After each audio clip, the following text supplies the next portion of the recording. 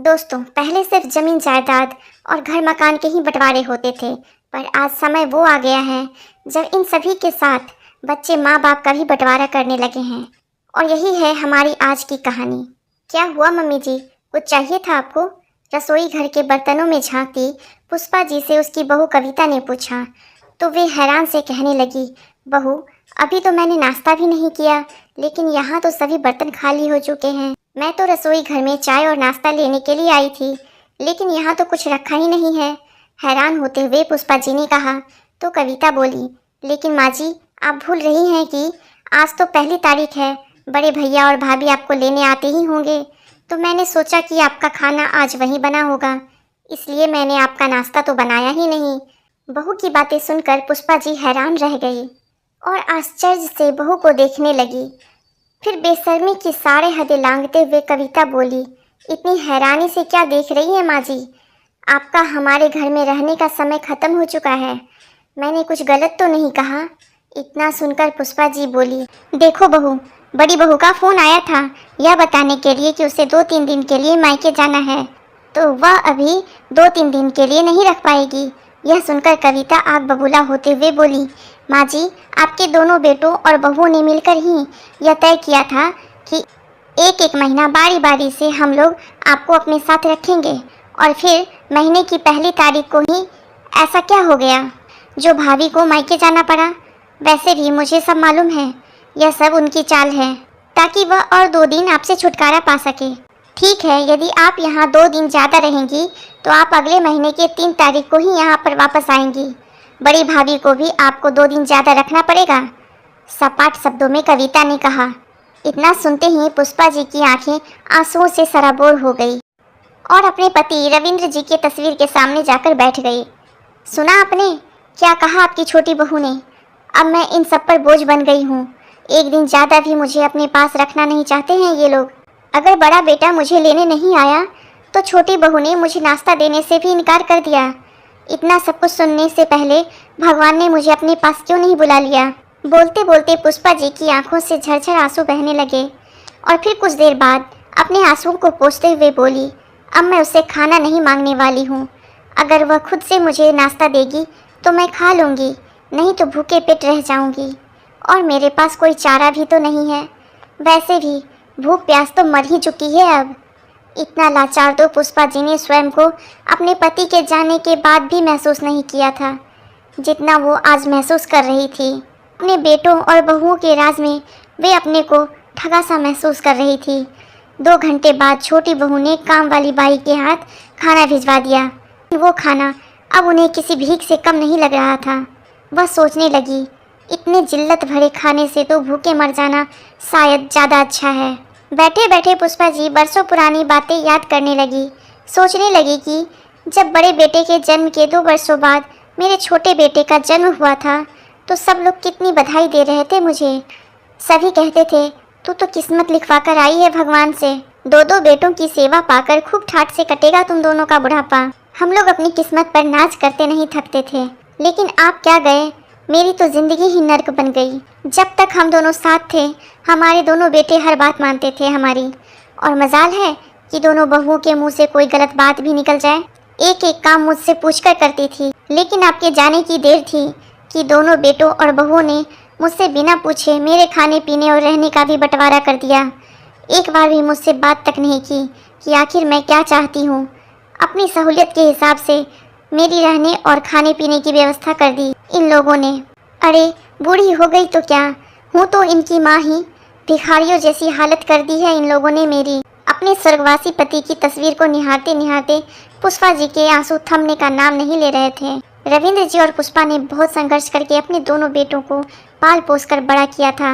उन दोनों ने अपने बच्चों की परवरिश में कोई कमी नहीं रखी थी। रविंद्र जी की सरकारी नौकरी थी, लेकिन बच्चों की पढ़ाई, स्कूल की फीस और अपने माता पिता की दवाइयों जैसे सारे खर्चे पूरे करने में उनकी पूरे महीने की तनख्वाह चली जाती थी। इसलिए पुष्पा जी घर का काम करने के बाद स्वेटर बुनने का काम करती थी और ऊनी वस्त्र बनाकर दुकानों पर सप्लाई करती थी, जिससे उन्हें कुछ बचत हो जाती थी।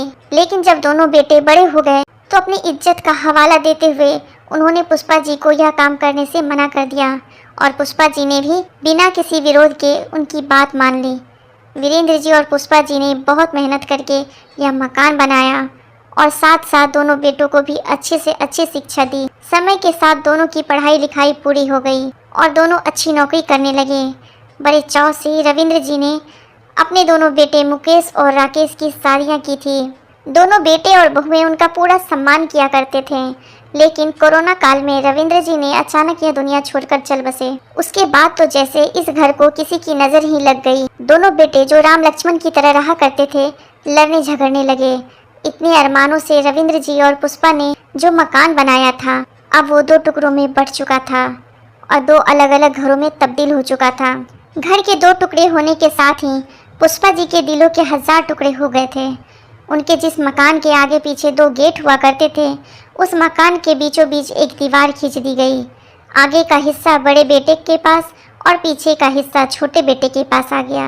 घरों में आने जाने तक के रास्ते भी अलग अलग हो गए। बंटवारा यहीं तक नहीं रुका, दोनों बेटों और बहुओं ने पुष्पा जी से बिना पूछे उनका भी बंटवारा कर दिया और एक एक महीना दोनों ने पुष्पा जी को रखने की बारी बांध ली और उन्हें यह फरमान सुना दिया गया कि जिसके पास भी माँ रहेगी, पिताजी की पेंशन भी उस महीने उसी बेटे को मिलेगी। अब तो यह आलम था कि एक दिन भी ऊपर हो जाए तो पुष्पा जी की बहुएं उन्हें दूसरे दिन चाय नाश्ता देने तक को भी तैयार न थी। आज पुष्पा जी बहुत उदास हो चुकी थी। सोचने लगी कि हर महीने जो पेंशन आती है वह सारी की सारी बेटे ले जाते हैं। ऐसा लगता है जैसे मैं अपने खाने पीने और रहने की कीमत चुका रही हूँ, उसके बावजूद भी भिखारियों की तरह इन लोगों से खाना मांग रही हूँ। किसी ने सच ही कहा है कि माता पिता एक ही घर में रहकर 2 बेटों को पाल लेते हैं, मगर 2 बेटों की शादी के बाद दोनों मिलकर भी अपने माता पिता को पाल नहीं सकते। अब पुष्पा जी बड़े बेटे और बहू के घर आ चुकी थी, लेकिन यहाँ भी उनकी उदासी दूर करने वाला कोई नहीं था। शाम के समय जब पुष्पा जी टहलने के लिए पार्क में गई तो वहाँ उनका महिला मंडल वाला ग्रुप काशी जाने का प्रोग्राम बना रहा था। पुष्पा तुम भी चलो ना हमारे साथ, सरिता जी ने कहा। तो उनकी बात सुनकर पुष्पा जी को ऐसा लगा कि जैसे उनके दिल की बात किसी ने कह दी हो।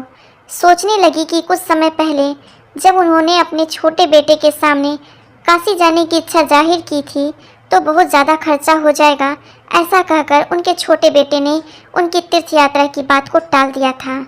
मन महसूस कर उन्होंने जाने का प्रोग्राम कैंसिल कर दिया।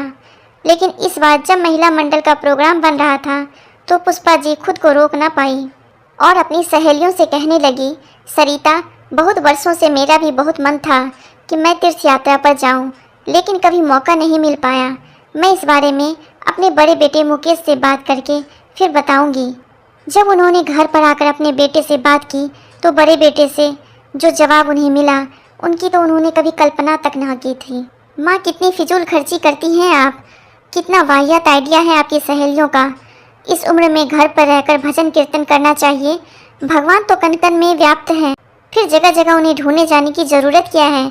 पुष्पा जी समझ नहीं पा रही थी कि उनके बेटे ने इस तरह का जवाब उन्हें कैसे दे दिया और सोचने लगी कि यही मुकेश होता था जो आए दिन कुछ न कुछ बहाना करके उनसे पैसे मांगता रहता था। लेकिन सब कुछ जानते समझते हुए भी उन्होंने कभी कोई रोक टोक अपने बेटों पर नहीं लगाई थी। और आज जब उन्होंने उनसे कुछ पैसे मांगने चाहे तो वे बिना मतलब के बहाने बना रहे थे। मुकेश की बात का पुष्पा जी ने कोई जवाब नहीं दिया और चुप करके वहाँ से चली गई। अगले दिन सुबह जब पुष्पा जी मंदिर गई तो उनकी सहेली सरिता भी मंदिर आई हुई थी। पुष्पा जी को देखकर बोली, अरे पुष्पा, तू चल रही है ना हम सबके साथ काशी। इस पर पुष्पा जी थोड़ी सकपका गई और फिर अपनी उदासी को छुपाते हुए एक फीकी सी मुस्कान के साथ कहने लगी, अरे नहीं सरिता, इस बार कुछ ज़रूरी काम आ गया है और फिर बेटे बहू का कहीं घूमने जाने का प्रोग्राम है तो मैं नहीं जा पाऊँगी। अगली बार पक्का चलूँगी। अरे पुष्पा, तेरा तो हर बार का कोई ना कोई बहाना रहता है। कभी बेटे बहू ने कहीं जाना है तो कभी मेहमानों ने आना है। साफ साफ क्यों नहीं बता देती कि हमारे साथ घूमना तुम्हें पसंद नहीं है। अपनी सहेली की यह बात सुनकर पुष्पा जी उदास हो गई और ना चाहते हुए भी उन्हें अपनी मजबूरी कह सुनाई। फिर उदास भाव से बोली, सारी सहेलियां सोचती हैं कि मैं बहाने मारती हूँ, सबके साथ जाना नहीं चाहती। अब उन्हें कौन समझाए कि मेरा भी मन होता है, मेरी भी इच्छाएं हैं। अब तो मैं यह सोचती हूँ कि क्या इस जन्म में मेरी यह ख्वाहिश पूरी भी हो पाएगी या नहीं। सरिता, तुम बड़ी खुश नसीब हो जो तुम्हारा बेटा तुम्हें तीर्थ यात्रा जाने के लिए पैसे दे देता है। मैं तो अपने बेटों से किसी चीज़ के लिए पैसे मांगूं तो उल्टा मुझे ही दो चार बातें सुना देते हैं। अब तो अपने ही बेटों के सामने कोई इच्छा जाहिर करते हुए ऐसा लगता है जैसे मैं कोई भीख मांग रही हूँ। पुष्पा, बेटे बहू के मामले में मेरा भी नसीब तुम्हारी तरह है। पहले मुझे भी छोटे मोटे खर्चों के लिए बहू बेटों पर निर्भर रहना पड़ता था, लेकिन फिर मुझे लगने लगा कि जब तक मैं अपनी जिम्मेदारियों को उठा सकती हूँ, मैं अपने बेटों पर निर्भर क्यों रहूँ, अपनी ख्वाहिशों के लिए उनसे भी क्यों मांगूँ।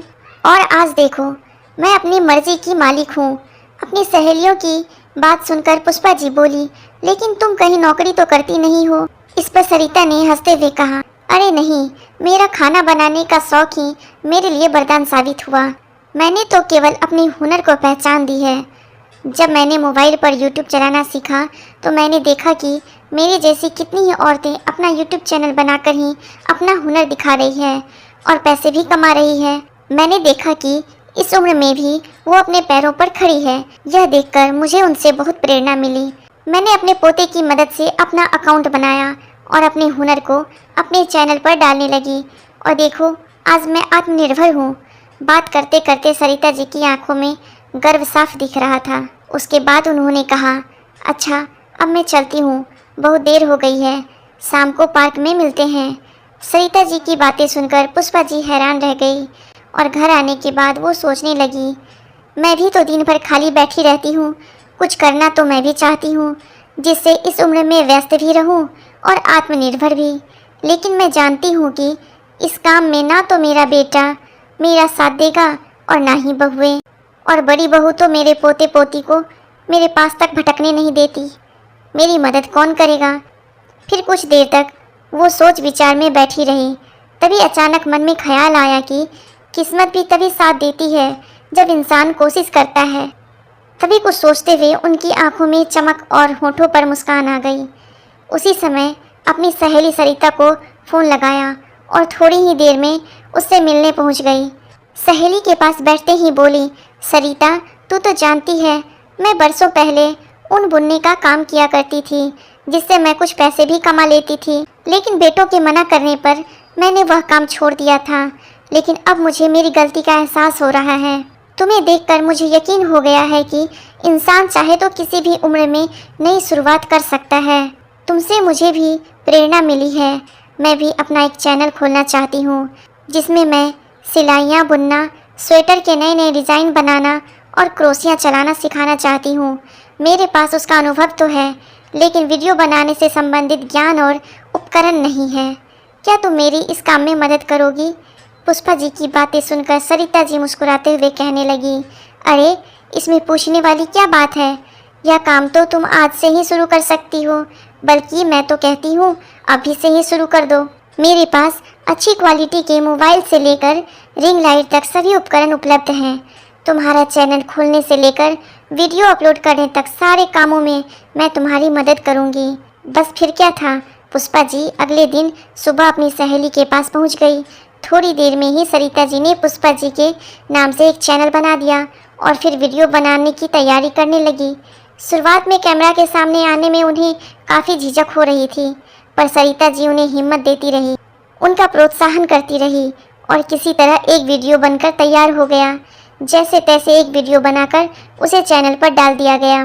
पर जैसा कि सभी के साथ होता है, शुरुआत में उस वीडियो को महज 15 से 20 लोगों ने ही देखा। ये देखकर पुष्पा जी का दिल टूट गया, पर सरिता जी उन्हें समझाती, अरे इस सब में समय लगता है, एकदम से कोई हम तक नहीं पहुंच पाता।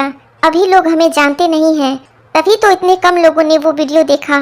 तुम तो बस अपना कर्म करती जाओ, बाकी सब ईश्वर पर छोड़ दो। सरिता जी की बात पुष्पा जी को समझ आ गई। अब वह हर रोज़ सरिता जी के पास आती और वीडियो भी बनाती, परंतु बहुत कम लोग ही उन वीडियो को देख रहे थे। इतनी मेहनत करने के बावजूद उन्हें कोई रिस्पॉन्स नहीं मिल रहा था। आखिरकार वह हिम्मत हारकर घर बैठ गई। शायद इसी में भलाई होगी सोचकर जैसे तैसे उन्होंने अपनी नियति को स्वीकार कर लिया। एक सप्ताह गुजर गया। एक दिन सरिता जी का फ़ोन आया और उसने फ़ोन पर जो बात बताई, यह सुनकर पुष्पा जी की खुशी का ठिकाना न रहा। सरिता जी ने उन्हें बताया कि पुष्पा जी की एक वीडियो वायरल हो चुकी है जिसे 25 लाख से भी ज़्यादा लोग देख चुके हैं। आज पुष्पा जी अपने आप में एक नई ऊर्जा का अनुभव कर रही थी।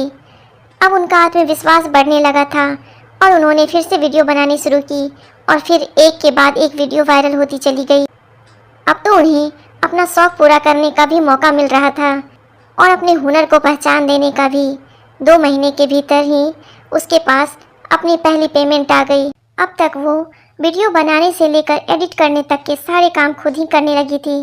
पहली पेमेंट आते ही सबसे पहले उन्होंने अपने लिए बढ़िया कैमरा, अच्छा सा मोबाइल और कुछ ज़रूरी उपकरण खरीदे। जब यह सामान लेकर वो अपने घर पहुंची और कमरे में रखने लगी तो उनकी बड़ी बहू ज्योति हैरानी भरी नज़रों से कभी उनको तो कभी उनके सामान को देख रही थी। लेकिन पुष्पा जी अपनी बहू की परवाह न करते हुए वीडियो बनाने की तैयारी करने लगी। लेकिन उनकी बहू को सारा माजरा समझते देर न लगी और वो ऊंची आवाज़ में चिल्लाने लगी, अच्छा तो रोज़ सुबह शाम यह घुल खिलाने जाती थी आप? यह सब कुछ करने से पहले आपने हमसे एक बार भी पूछना जरूरी नहीं समझा? बड़ी बहू की बातें सुनकर पुष्पा जी को गुस्सा तो बहुत आया, लेकिन फिर उन सब बातों को नज़रअंदाज करके अपने कमरे का दरवाज़ा बंद किया और वीडियो बनाने लगी। उधर छोटी बहू जब किटी पार्टी में गई तो उसकी सहेलियां उससे कहने लगी, अरे कविता, तेरी सास तो यूट्यूब पर खूब धमाल मचा रही है। कविता को कुछ समझ नहीं आया। उसने पूछा, क्या मतलब? मैं समझी नहीं। अरे ये देख। ऐसा कहकर उसकी सहेलियां कविता को पुष्पा जी की वीडियोस दिखाने लगी। उन वीडियोस को देखकर कविता हैरान रह गई। इतने सब्सक्राइबर देखकर उसके पैरों तले ज़मीन खिसक गई। वो तुरंत अपने घर आई और उसने अपने पति के कान भरने शुरू कर दिए। इधर पुष्पा जी आज बहुत खुश थी क्योंकि आज उन्होंने पूरी वीडियो खुद बनाई और एडिट वगैरह करके जैसे ही वो अपने कमरे से बाहर निकली, सामने उसके दोनों बेटे और बहुएं उनकी क्लास लेने को तैयार खड़े थे और उन्हें देखते ही वे लोग उन पर बरस पड़े। माँ, यह क्या तमाशा लगा रखा है तुमने?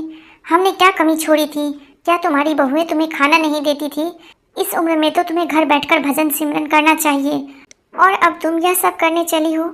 अपने छोटे बेटे की बातें सुनकर पुष्पा जी कहने लगी कि बेटा, यह सब काम मैं अपने शौक के लिए कर रही हूँ।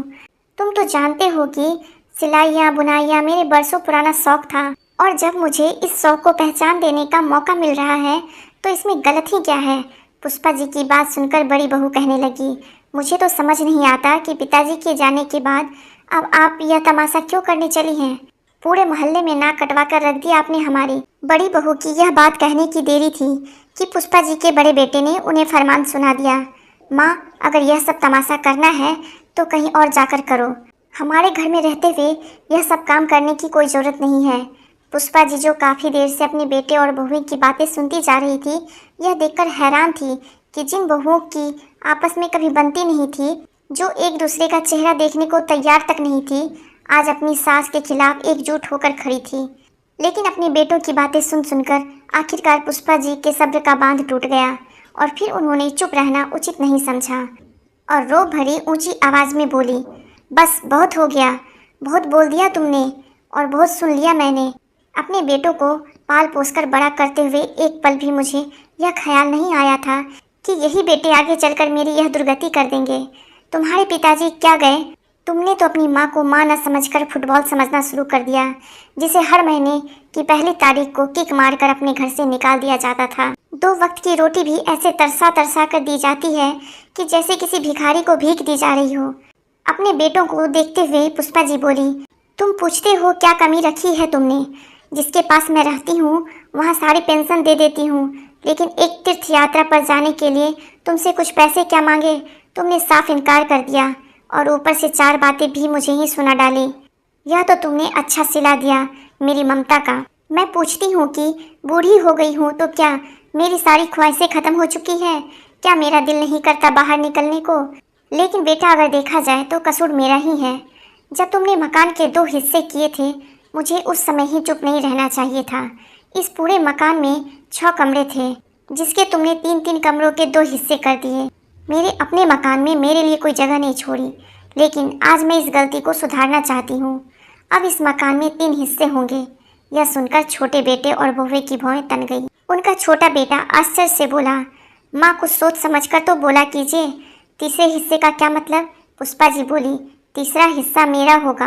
अब से मुझे 2 कमरे अलग चाहिए, एक कमरा मेरे रहने के लिए और दूसरा मेरे वीडियो बनाने के लिए। और हाँ, अब से मुझे रसोई भी अलग चाहिए, जहाँ मैं अपने लिए खाना बनाने वाली बाई रखूँगी। तुम लोग मुझे एक दिन भी ऊपर नहीं रख सकते। 1 तारीख हो जाए तो तुमसे अगले दिन का नाश्ता तक नहीं दिया जाता। लेकिन अब बहुत हुआ, अब यह माँ 2 हिस्सों में नहीं बटेगी। अब मैं आत्मनिर्भर हूँ और अपनी जिम्मेदारी खुद उठा सकती हूँ। पुष्पा जी की बातें सुनकर दोनों बहुएं अपने अपने पति पर चिल्लाने लगी। इस मकान के 3 हिस्से हरगिज नहीं होंगे, हमसे सिर्फ 2 कमरों में गुजारा नहीं हो पाएगा। इससे पहले कि दोनों बेटे कुछ बोलते, पुष्पा जी ने कहा, शुक्र मनाओ कि मैं तुमसे मकान का किराया नहीं मांग रही। यदि मेरा फैसला मंजूर हो तो ठीक, नहीं तो तुम अपना अपना इंतज़ाम देख सकते हो। और हाँ, आज के बाद मैं अपने खर्चे स्वयं उठाऊंगी। अब से मुझे अपनी ज़िंदगी में कोई हस्तक्षेप नहीं चाहिए। पुष्पा जी की बातें सुनकर दोनों बेटे और बहुएं अपना सा मुँह लेकर अवाक खड़े रह गए। वे सब दंग थे कि आखिर उसकी माँ में इतना आत्मविश्वास आया कैसे। परंतु अब तो ना उनके पास सवाल करने का कोई हक था और ना किसी जवाब की उम्मीद। दोस्तों, सबसे महत्वपूर्ण यह है कि हम अपने बड़े बुजुर्गों के साथ प्रेम और सम्मान का व्यवहार करें। हमें चाहिए कि हम उनकी आवाज़ को सुनें और उसकी समस्याओं का समाधान करने की कोशिश करें। उनके साथ आदर्श वातावरण बनाएं, जहां उन्हें आत्मनिर्भर और सम्मानित महसूस हो। दोस्तों, आपको आज की कहानी कैसी लगी? हमें लाइक और कमेंट करके ज़रूर बताएं। और चैनल पर अगर पहली बार आए हैं तो प्लीज़ चैनल को सब्सक्राइब करना बिल्कुल ना भूलें। धन्यवाद।